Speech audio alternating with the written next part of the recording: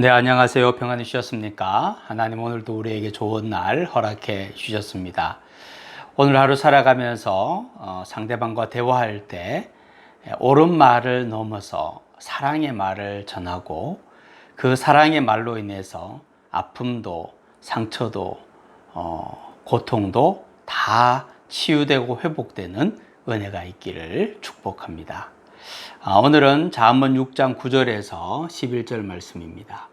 게으른 자여, 내가 어느 때까지 누워 있겠느냐? 내가 어느 때에 잠이 깨어 일어나겠느냐? 좀 더 자자, 좀 더 졸자, 손을 모으고 좀 더 누워 있자 하면 내 빈궁이 강도같이 오며 내 곤핍이 군사같이 이르리라. 아멘. 틀림없는 사실은 게으르면 가난해진다는 겁니다.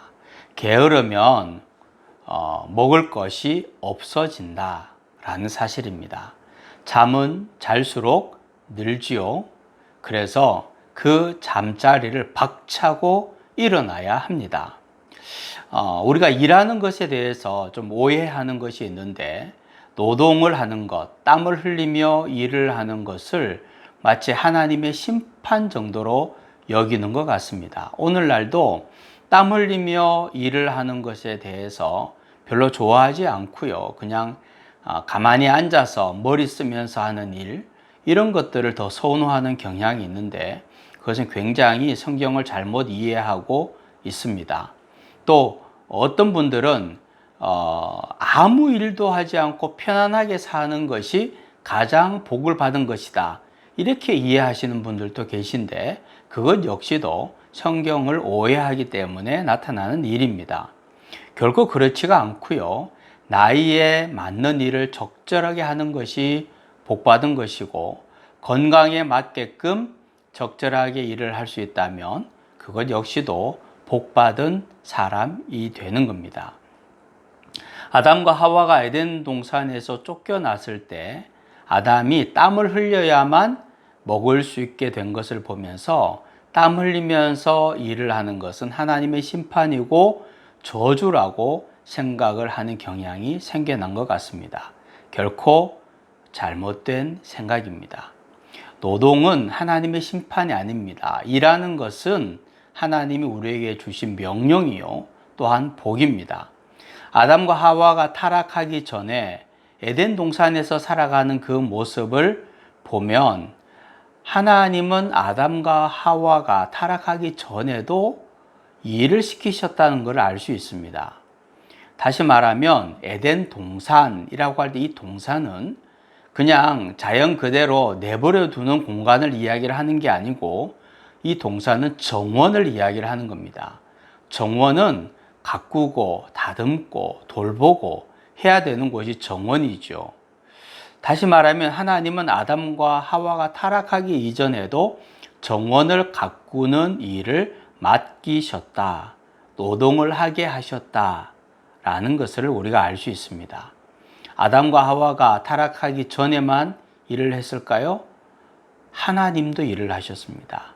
하나님도 6일 동안 일을 하시고 7일째 쉬셨죠.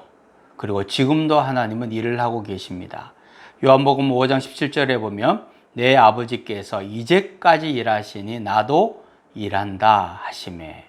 하나님은 세상을 만드신 이후부터 계속해서 지금까지 일을 하고 계십니다. 그래서 하나님 아버지가 일을 하시기 때문에 아들이신 예수님도 당연히 일을 하신다고 말씀하시는 것이고, 지금 성령의 시대에 와서 성령께서도 쉬지 않고 계속해서 하루도 빠짐없이 우리를 위해서 일하고 계십니다. 그러면 나는 가만히 누워 있기만 하면 되는가? 그렇지 않은 거죠. 하나님도 일하시고 예수님도 일하시고 성령님도 일하시고, 타락하기 이전에 아담과 하와도 일을 했고, 그리고 주위에 있는 사람들이 다 일을 하고 있습니다. 그러면 오늘도 우리는 벌떡 일어나야 됩니다. 좀 더 자자, 좀 더 졸자, 좀 더 누워있자, 그렇게 하면 안 되고, 이제 그 잠자리에서 벌떡 일어나서 더 이상 게으름 피우지 말고, 하나님이 오늘 우리를 부르시고 우리에게 생명을 주신 그 이유, 우리에게 허락하신 그 사명, 그것을 잘 감당하는 복되고 귀한 하루, 승리하는 하루 될 수 있기를 축복합니다. 하나님, 게으르지 않게 하여 주시고 맡겨주신 사명 부지런히 감당하고 땀 흘려 일하며 감당하고 최선을 다해서 감당한 하루가 되어서 오늘 하루 정말 기쁘고 복된 하루, 감동이 있고 감격이 있고 만족이 있는 하루가 되게 하여 주옵소서. 예수님의 이름으로 기도하옵나이다. 아멘.